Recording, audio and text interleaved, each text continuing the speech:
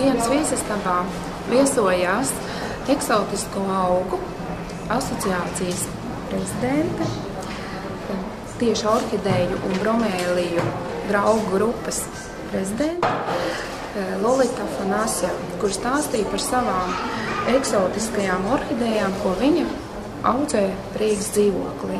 Pavisam maziņš, ja?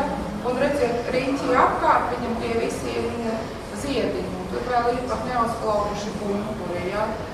Tie, kas ieradās uz lekciju, viņi jau patiešām zināja, uz ko viņi nāk, un viņi nāca uz šo tādu jau zinošu cilvēku, arī redzēt un uzdeva jau gana profesionāls jautājumus.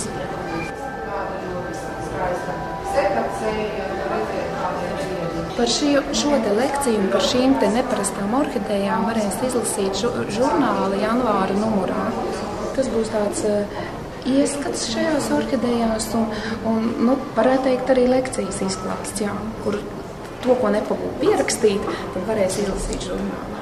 Orhideja tieši pēc zieda uzbūves viņa atšķiras no visiem citiem augiem, jo orhideja ir visu orhideju ziediem putekšņlapa ir saaugusi kopā ar irbuli un veido kolonu, un tas ir raksturīgs tikai orhidejām, bet orhidejas ir dažādas. Tāda ir viņu šo orhideju ģeogrāfija. Viņas ir uzkāpušas kalnos līdz 4000 metru virs jūras līmeņa.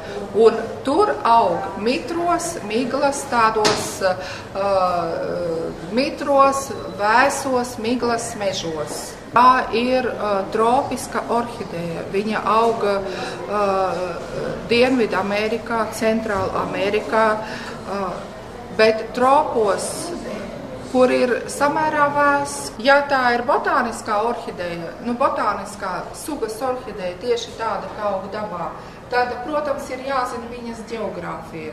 Jo ir tropiskās orhidejas siltās, jā, teiksim, Malaizijā. Falenopsim kritiskā temperatūra ir jau nakts temperatūra 15–13 grādi, tā jau kritiska. Atkal šī arī ir tropa orhideja, bet viņai 10 grādi plus 10 grādi ir ļoti normāla temperatūra. Interesanti, kas izdomāja sugas nosaukumus, jā, bet tiešām tāds riktīgais Don Kihots, ne? Ziediņš atgādina, jā, Mazdevāri Don Kihots. Eiropā arī audzētavās viņas pavairo, jā, bet pārsvarā tas materiāls, protams, nāk no Ekvadorām, no Peru, no Kolumbijas. Pašai arī man ir šīs falenopšu orhidejas, kas ir vismaz kā 20 augi, bet man ir arī atrasts tāds dendrobijs un katlējs arī, kaut kas ir drusciņi eksotisks, arī tāds neparastāks, ko nevar nopirkt gluži katrā lielveikalā.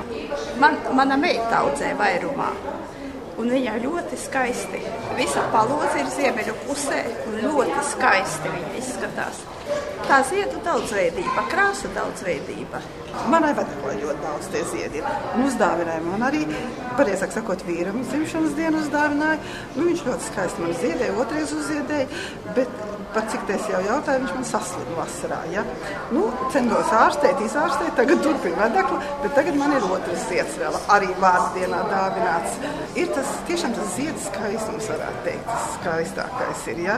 Un arī tā forma man patīk. Viņš tik tāds cēls ir un kā tāda balerīna, varētu pateikt, izskatās. Ja jums patīk orhidejas, ja jums patīk vērot, kā viņas zied, ja jums patīk viņas laistīt katru dienu vasaras karstumā, tur ziemā retāk, tad, protams, viss būs, kā teikt, labi, būs pozitīvās emocijas. Ja tas jums nepatīk, tad ne.